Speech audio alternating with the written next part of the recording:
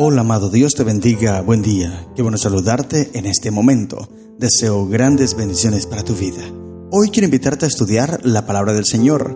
Nos corresponde leer el capítulo número 9 del libro del profeta Oseas. En este capítulo el profeta aborda la profecía de la destrucción de Israel debido al pecado grande y la gran desobediencia que tenían. Algo similar, como se mencionó en el capítulo anterior, también se habla sobre la destrucción, sobre los juicios. Son mensajes de juicios, porque ya ellos pasaron por alto las advertencias de Dios. Aunque se menciona aquí también la advertencia de la llegada del castigo divino y la necesidad del arrepentimiento. Aún así, en medio de los mensajes de juicio, Dios les envía advertencias también. O sea, esto no pasa por alto. Dios les advierte para que ellos lo busquen, para que ellos se entreguen. Oseas nos invita a reflexionar sobre las consecuencias de nuestras acciones y nuestras decisiones.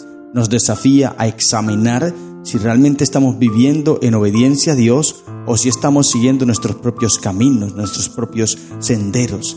Esto nos lleva también a considerar la importancia del arrepentimiento y la búsqueda de la restauración en Cristo Jesús. Dios nos recuerda que la desobediencia tiene consecuencias, pero que siempre hay espacio para el arrepentimiento y la restauración en nuestra relación con Él. A pesar de lo malo de nosotros, a pesar que nos desviamos, a pesar que caemos, a pesar que fallamos, siempre hay espacio para arrepentirnos. Y Dios está dispuesto a aceptarnos, Dios está dispuesto a perdonarnos, pero debemos arrepentirnos de corazón, no producto del miedo o huir de las cosas que van a pasar, no, porque nosotros debemos arrepentirnos es de corazón, sinceramente ante el Señor y buscarlo a Él con un corazón contrito, humillado, y Él nos acepta.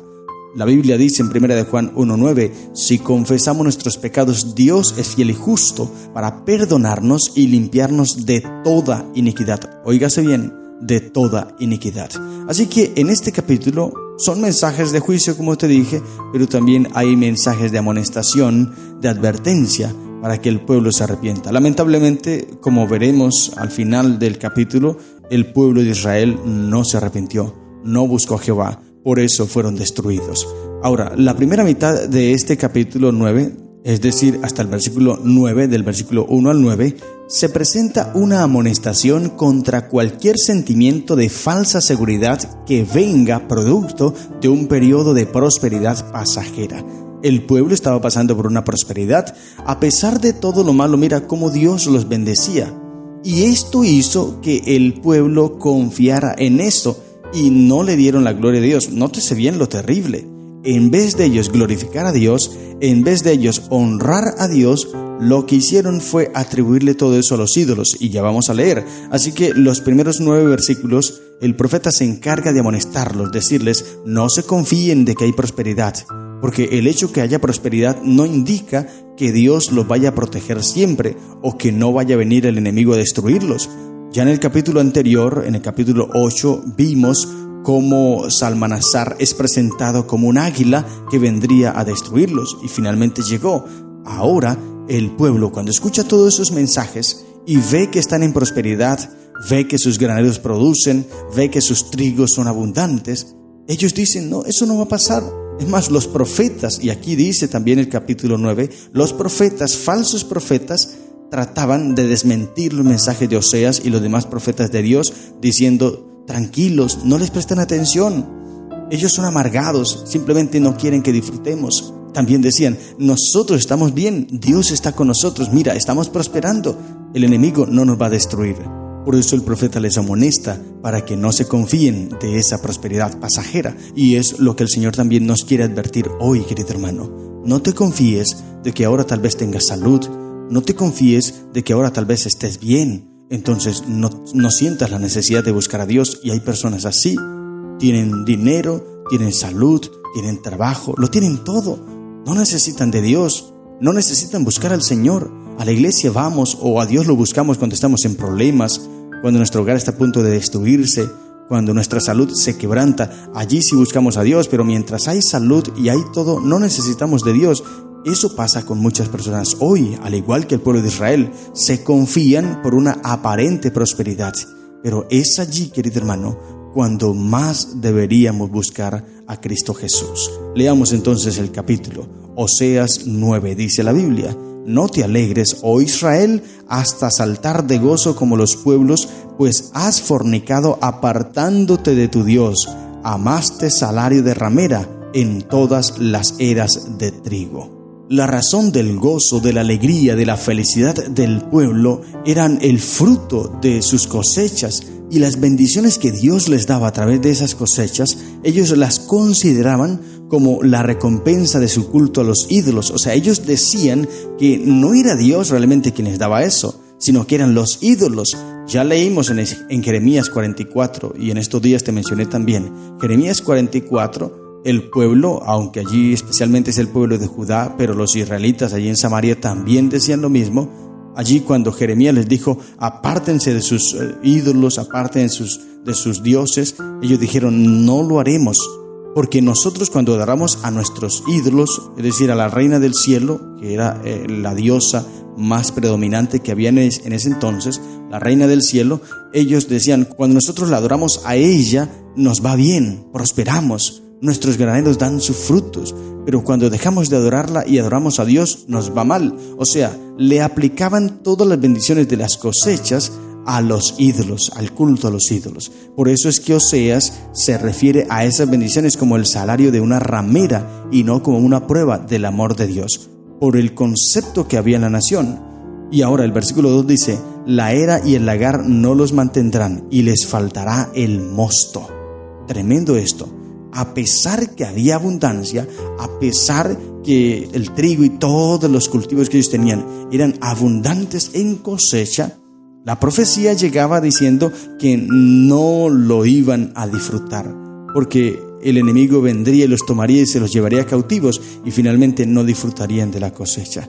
La sierva de Dios, Elena de White, en Profetas y Reyes, página 15, dice lo siguiente, y es interesante esto, dice: cuando las bendiciones de Dios se dedican a fines pecaminosos, el Señor en su misericordia las elimina. Triste y terrible esto.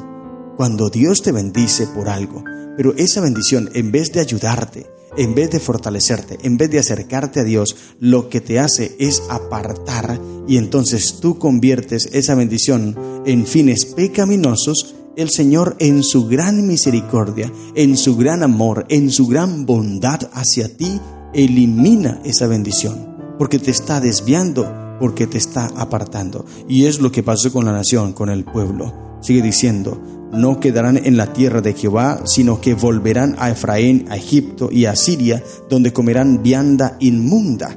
Esta vianda inmunda se refiere a que ellos allí cautivos tendrían que comer alimentos inmundos, porque no podrían, o sea, por la causa del cautiverio, por estar allí sometidos a lo que las naciones donde estaban les dieran de comer, entonces no podrían cumplir los requisitos de la ley que les prohibía que se comieran ciertos animales. Ellos comerían de todo, por eso dice, comerán vianda inmunda, producto del cautiverio. No comerían y no disfrutarían de los frutos de sus cultivos, porque se estaban alegrando, se estaban gozando de la prosperidad que tenían. Y ahora el profeta les dice, no se alegren, busquen a Jehová más bien, entréguense a Dios, sométanse a Dios. Pero ellos decían, no, Dios no nos ha dado nada, lo que nosotros tenemos es gracias a nuestros dioses.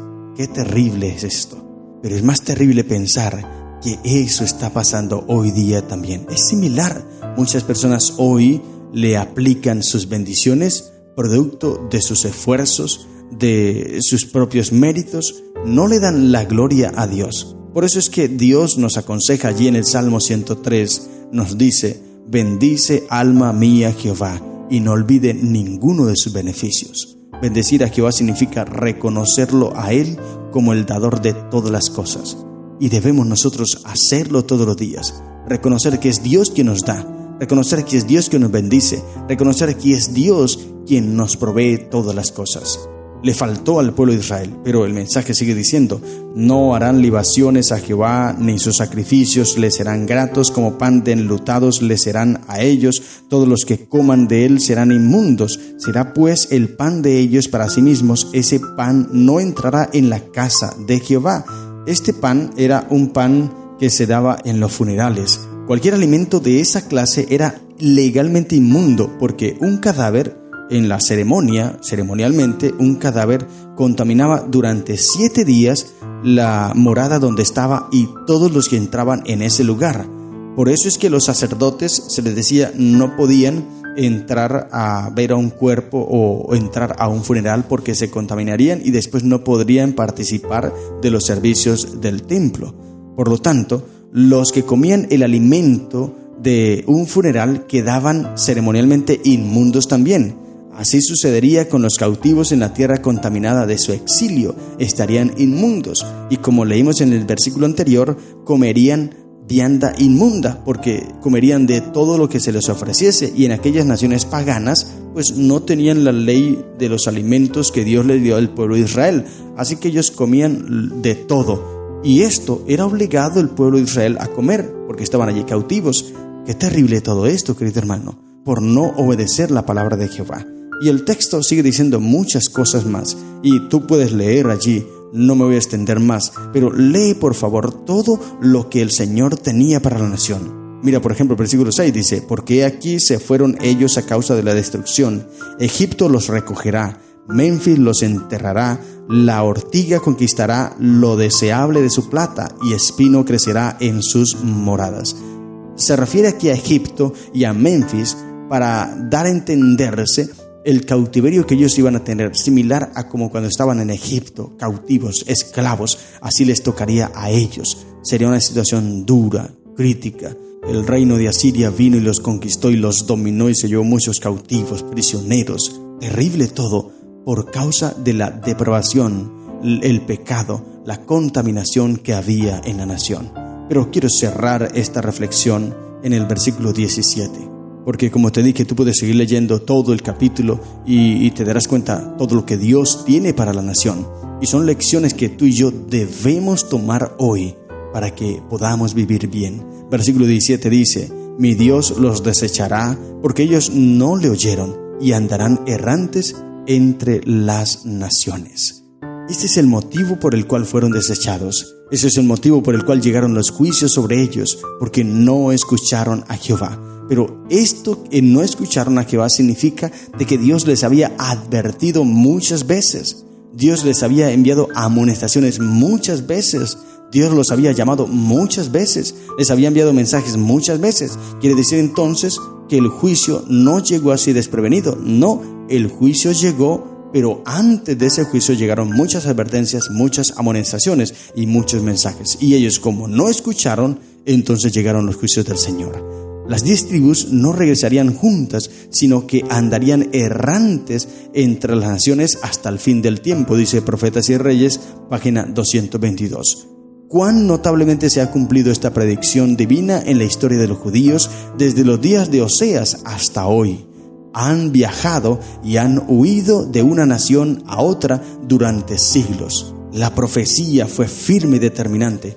Todo por causa de ellos no escuchar la palabra de Jehová. Es importante entonces, querido amigo, querido hermano, que hoy nosotros escuchemos el mensaje de Dios. Es importante que escuchemos la palabra del Señor para que estemos seguros, firmes en Cristo y andemos en un camino que nos lleva a la victoria. Porque solo en Cristo hay victoria. Lejos de Él hay derrotas. Tú decides qué tener, victoria o derrota.